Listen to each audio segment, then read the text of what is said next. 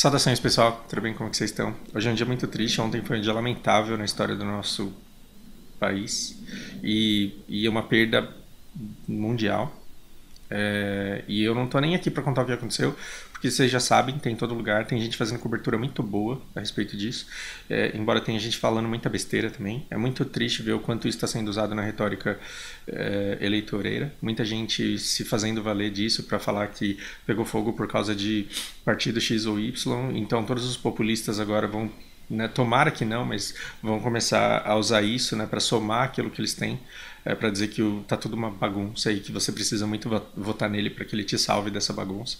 Isso é populismo e são 8 candidatos populistas nessa eleição. São 8 salvadores da pátria.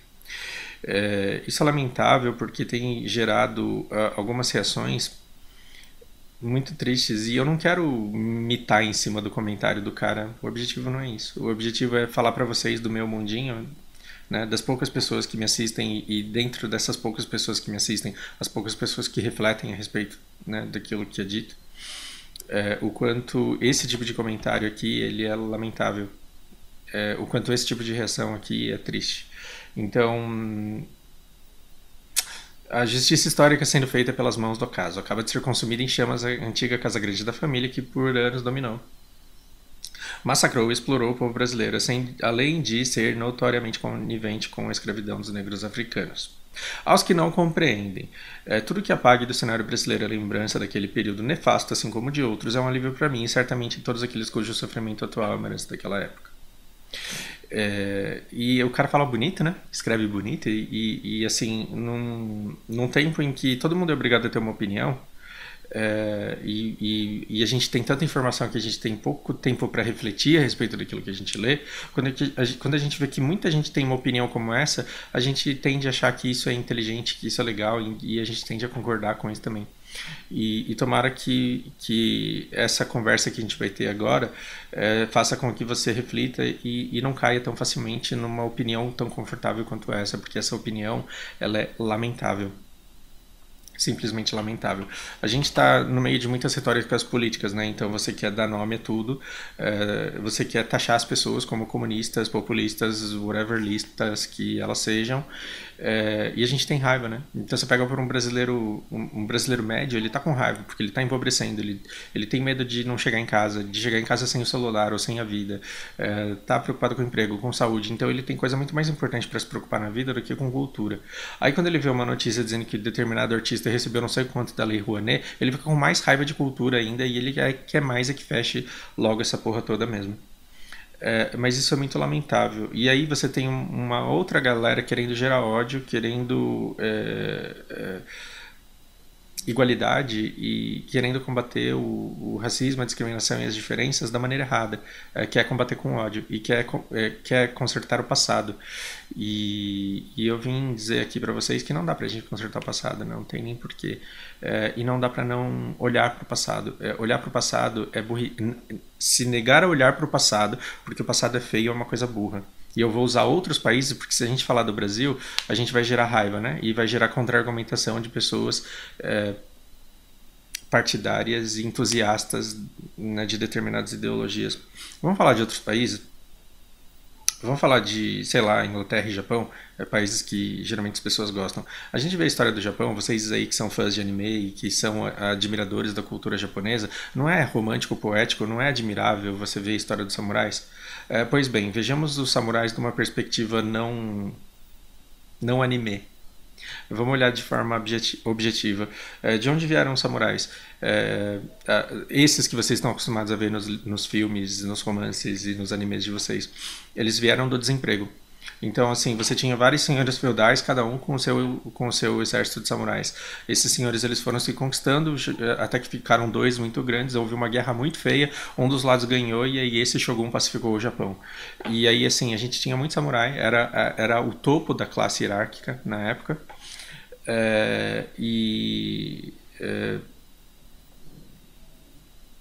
De repente os caras estavam desempregados e aí o Shogun virou para eles e falou: olha, agora eu vou conseguir manter a paz por meios políticos e por meios econômicos, então valeu, falou, vai lá. E aí o cara que tinha dedicado a vida inteira dele a aprender as artes marciais e aprender a dominar a espada, ele de repente se viu desempregado, ele se viu sem dinheiro, sem prestígio, né? Não tinha mais status. E aí ele olhava para as opções dele e ele não queria ser cozinheiro, pescador, ele não queria ser marceneiro e ele decidiu que ele jamais deixaria de ser samurai, embora eles não tivessem um senhor a quem servir. Esse cara virou Ronin, esse nome que vocês adoram e que vocês acham super poético. Eles tentaram desenvolver academias. O problema é que assim existiam poucos alunos e esses poucos alunos eles nem tinham dinheiro para pagar tanto assim. Então, se você quisesse ser um grande bem sucedido, você teria que ter muitos alunos e o seu método ele deveria ser muito admirado, a sua habilidade, a sua técnica ela deveria ser muito admirada. E aí o que você podia fazer? Sair provando que você era bom. E como que você provava que você era bom? Você saía desafiando os outros no meio da rua. Você falava, mano, você não manja nada não, eu sou foda. Parecia um diálogo de Cavaleiros do Zodíaco. A minha habilidade de cortar na transversal. Onde é que isso é maduro? Isso não era maduro. Então, assim, as pessoas iam lá e travavam um duelo. Aí um ia lá e abria um baita de um rasgo na barriga do outro. O cara ficava com hemorragia lá, sofrendo, agonizando durante 2 horas e meia e morria. Não, com um corte gigantesco não demora tanto tempo assim. Mas, enfim, o que eu quero dizer é que quando você olha para esse passado ele não tem nada, não é 10% do que vocês veem nesses animes que vocês assistem. Um japonês, quando ele olha para o passado dele, ele olha para isso, ele não vê esse romantismo todo, ele vê maturidade, ele vê a pobreza da condição que esses Ronins tiveram que passar e se viram obrigados a viver. Esse mesmo país, ele depois teve ideias imperialistas, ele tentou conquistar os países ao seu redor, invadiu China, invadiu Coreia, subiu na cabeça dele lá, ele viu que tipo, tinha grandes conquistadores, cada um conquistando a sua grande fatia, e ele também se meteu nisso. E ele se envolveu numa guerra e tomou uma bomba atômica. Né? Então você vai para Hiroshima, você tem lá o Museu da Bomba Atômica, e aí você fala, mano, tanta gente morreu cortado e tanta gente morreu derretido nessa bomba atômica. Por que eu preciso do museu para ficar lembrando o sofrimento de tanta gente que foi derretida por esses americanos desgraçados? Por que é que a gente precisa de um museu do Holocausto? Por que é que a gente precisa do monumento nos campos de concentração, citando o nome das pessoas que morreram lá? Por que a gente precisa lembrar de tanta dor? Por que a gente precisa lembrar de tanta desgraça? Porque é estudando o nosso passado que a gente entende como a gente chegou aqui onde a gente está e a gente define lugares para onde a gente vai. Quando você proíbe um japonês de estudar a Idade Média japonesa, e quando você proíbe ele de estudar a Segunda Guerra Mundial, o que o Japão fez, por que fez, no que deu, por que deu, e a consequência de tudo isso, você apaga o legado que essas pessoas que morreram nessas guerras deixaram para nossa atualidade.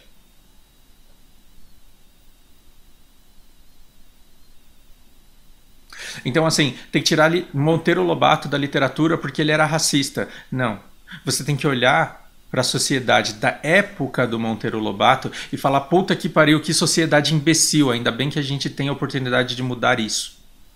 Parem de lutar contra o passado, porque o passado não se altera.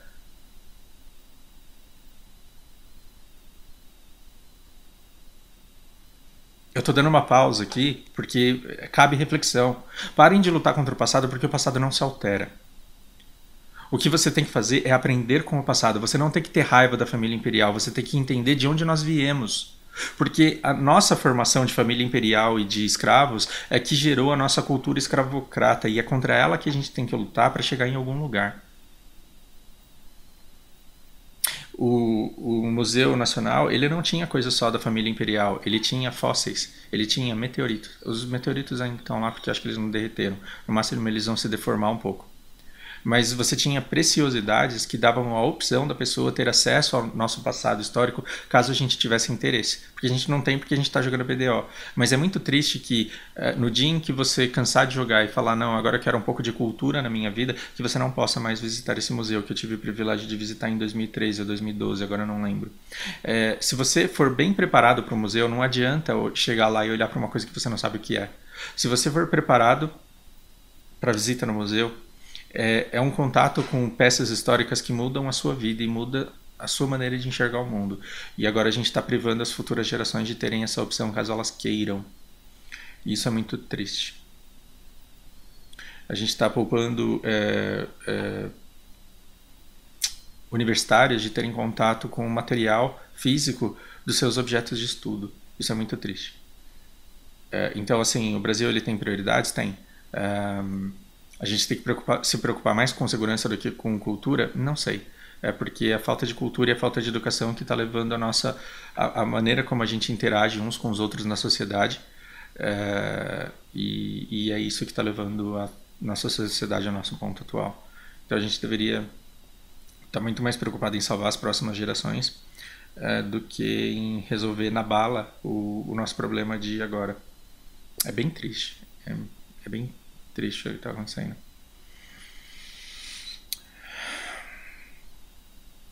E eu tenho duas teorias conspiratórias, e tomara que não seja. Na verdade, esse museu ele pegou fogo porque ele estava em situações decadentes, ele estava muito mal preservado. Então a tragédia ela foi anunciada esse dia, avisou que vinha.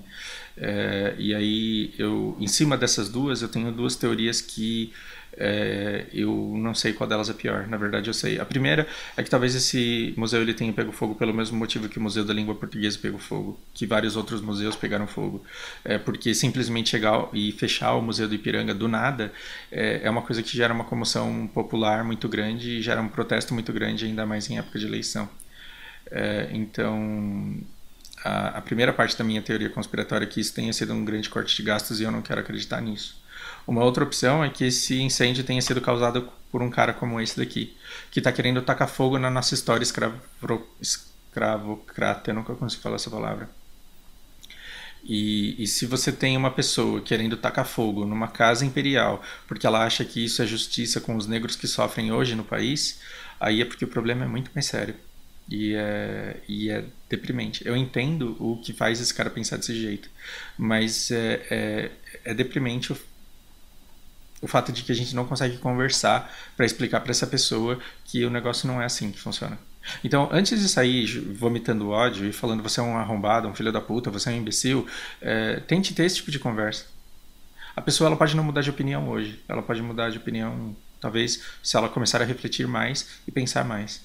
As pessoas evoluem, elas mudam a maneira de pensar delas, acreditando nisso que eu faço esse canal.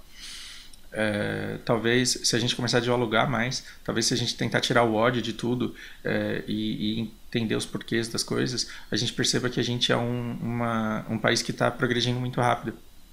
Porque olha para o Japão, 2.500 anos de história, 500 anos atrás eles estavam cortando barriga um do outro ainda. Olha para Inglaterra. Inglaterra, 50 anos atrás, estava mantendo criança de 12 anos numa fábrica durante 18 horas. Essa é a Inglaterra chique, europeia, avançada que vocês enxergam.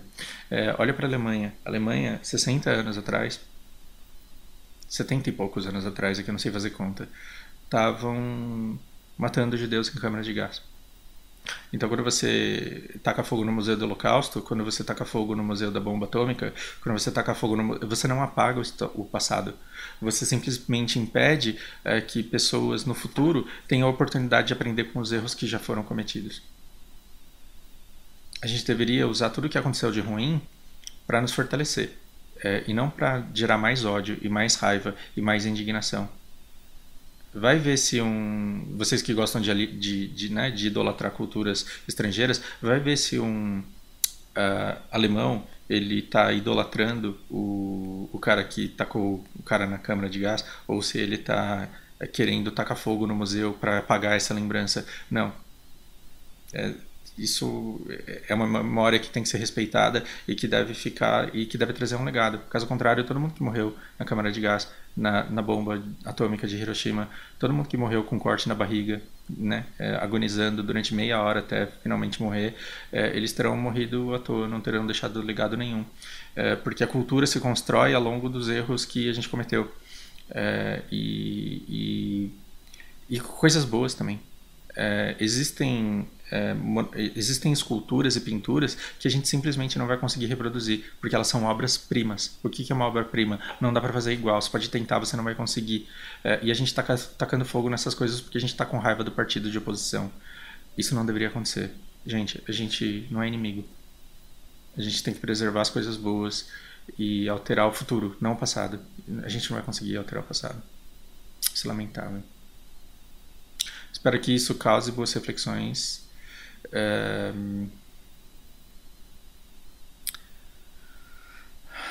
e que não seja visto mais como uma tentativa de moralizar a coisa.